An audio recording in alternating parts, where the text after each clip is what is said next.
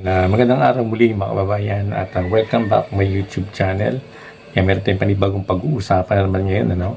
Kasi meron akong nakikita na interview ni Jessica Soho dito kay Toby Tiangco mga kababayan. Napakaganda ng kanilang topic patungkol nga dito sa may budget ng 2025 na kung saan talagang napakaganda at tinawag niya na criminal budget itong 2025, no?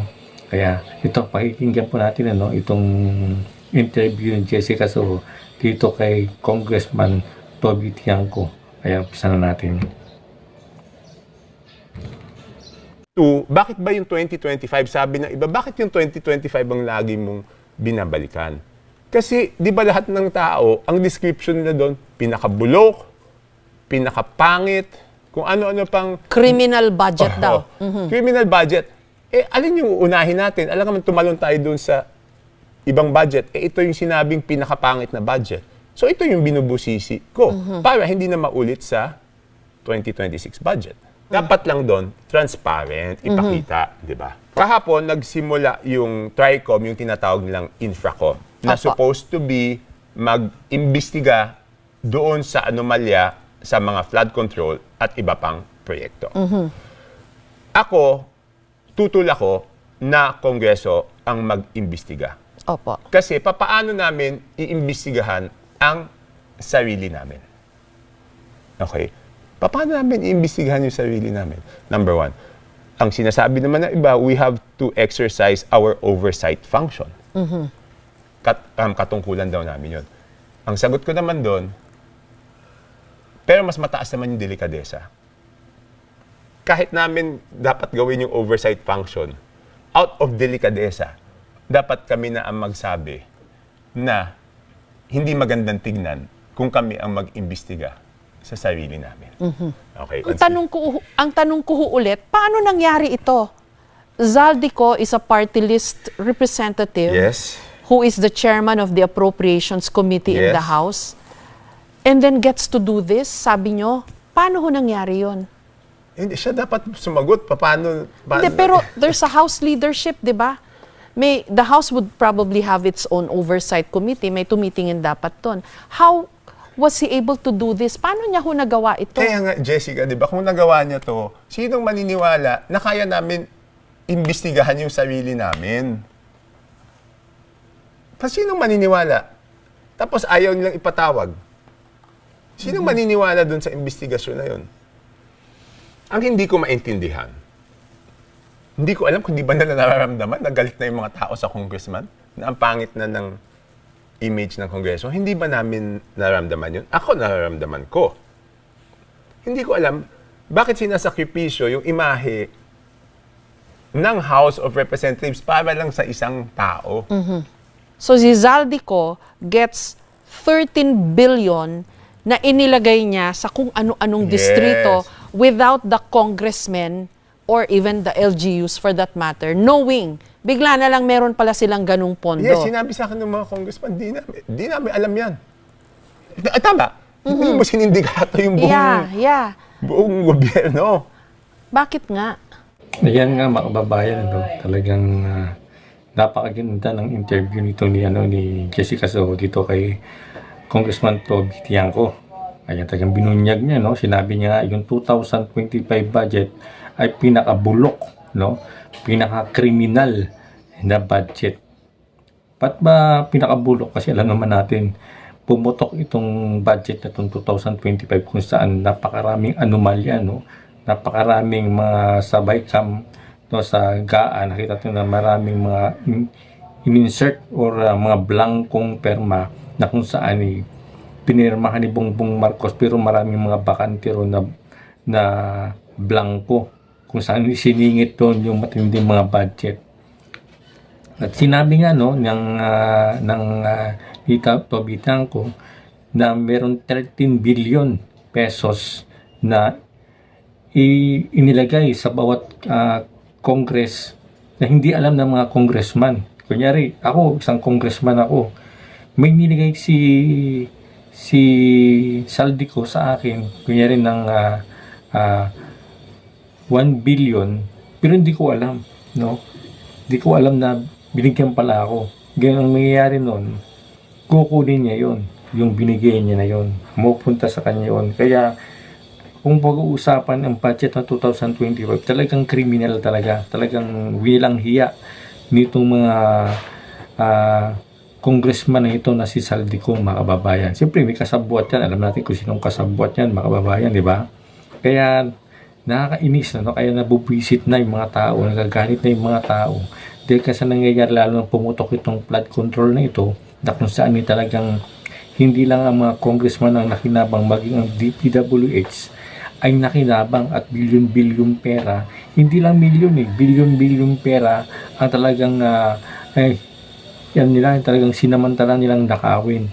Pati itong mga kontratista nito.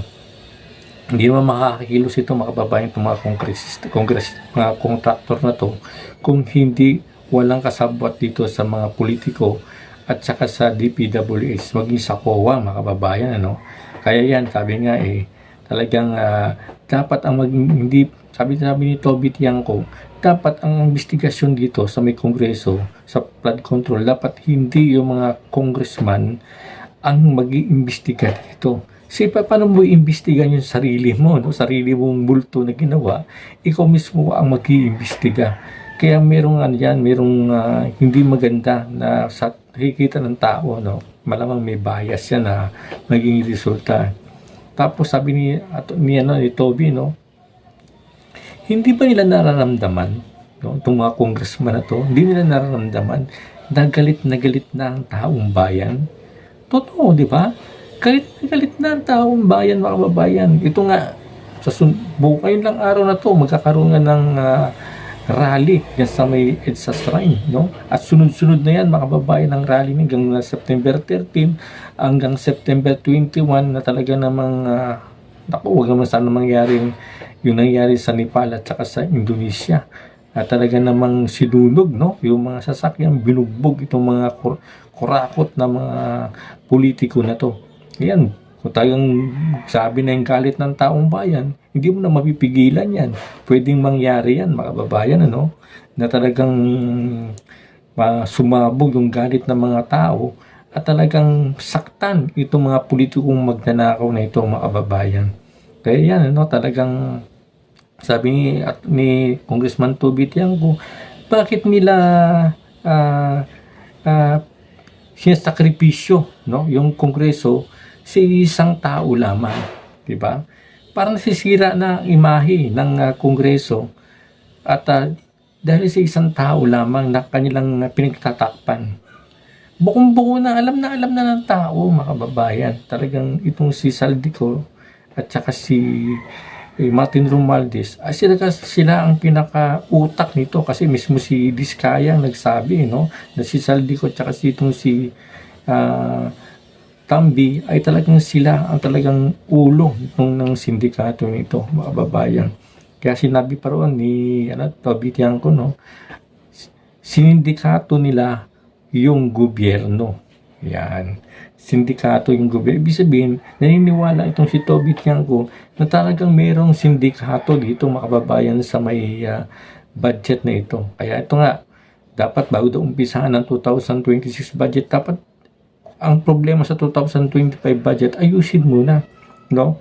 Kaya nga hinahanap ni Congressman Toby Tiangco yung small committee kasi doon magpapatunay kung saan napunta yung mga budget na yan, mga kababayan. Kaso nga, hindi nila mailabas dito nila Swansing yung small committee dahil nga doon malalaman yung talagang matinding paano kinurap ang pera, saan din nila ang pera nito, mga kababayan, yung budget na to. Si Saldico lang nakakaalam, mga kababayan. Kaya susubi pa to si Saldico dahil nga gustong ipatawag ito sa Kongreso para maimbestigahan, para nga malaman kung ano ang ginawa nila sa may budget, sa may, yung makikita sa may small committee na kung saan ito'y hawak-hawak ni Saldico, mga kababayan. Kaya ito, nakakalungkot, mabuti nilang, mga kababayan, meron tayong mga politiko na kagaya ni sa Toby Tiangco na kung saan naninindigan, no, at pinaglalaban ang ating bansa, ang ating budget. Maging itong bagong batang-bata si Congressman Kiko Bargasa, mga kababayan, talagang pumapalag na rin.